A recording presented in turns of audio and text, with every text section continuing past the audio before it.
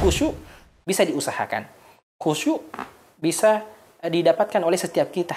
Khusyuk dari awal mulai sholat sampai akhir sholat kita, itu bisa didapatkan. Hal yang menyebabkan seseorang tidak khusyuk, tidak mendapatkan kelezatan dalam ibadah adalah masalah maksiat. Dan tentunya di antara hal faktor yang eksternal yang selalu mengganggu kita untuk tidak khusyuk dalam sholat adalah faktor syaitan.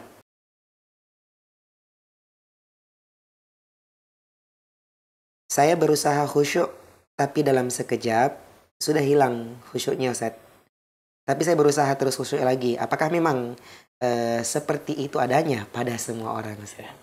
Ya, setiap orang berbeda-beda tentunya. Berbeda-beda keadaannya, berbeda-beda keadaan hatinya. Ya, karena tempatnya khusyuk itu sebenarnya persoalan hati. Persoalan hati. Perlu kita tanya diri kita masing-masing, bagaimana dengan hati kita? Bagaimana dengan hati kita? Karena tentunya hati ini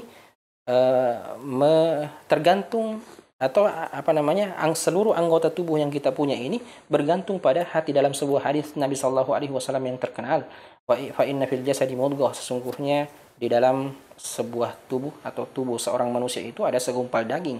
Idza saluhat atau idza salahat salahal jasadu kulluh wa idza fasad jasadu kulluh. Segumpal daging ini, ketika daging ini baik, maka baik pula seluruh anggota tubuh. Begitu pula sebaliknya, ketika rusak segumpal daging ini, maka anggota tubuh ini juga rusak.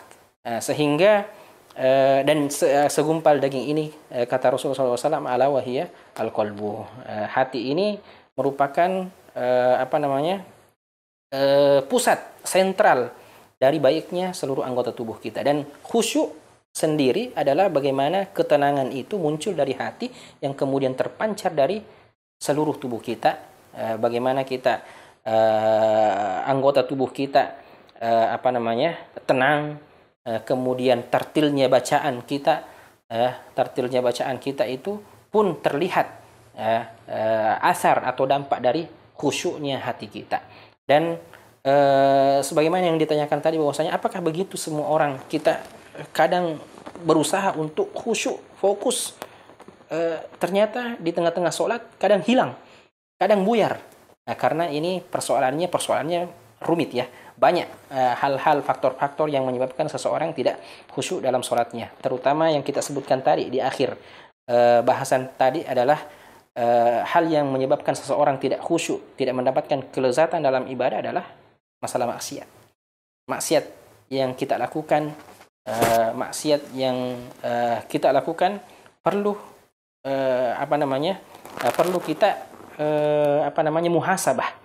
muhasabah. Dan untuk mendapatkan kekhusyuan dalam sholat, tentu kita sudah sampaikan tadi bahwasanya semuanya harus ada persiapan.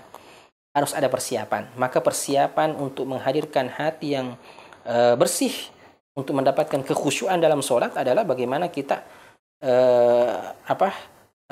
dalam persoalan maksiat tadi, adalah bagaimana kita ini memohon ampun kepada Allah Subhanahu wa taala, bertobat dengan tobat nasuha, sehingga ketika hati bersih, dosa-dosa kita diampuni oleh Allah Subhanahu wa taala, maka dari situlah terpancar dari hati kita khusyuk, dan kita bisa pertahankan dan konsistenkan khusyuk itu dengan tentunya usaha-usaha kita. Khusyuk bisa diusahakan.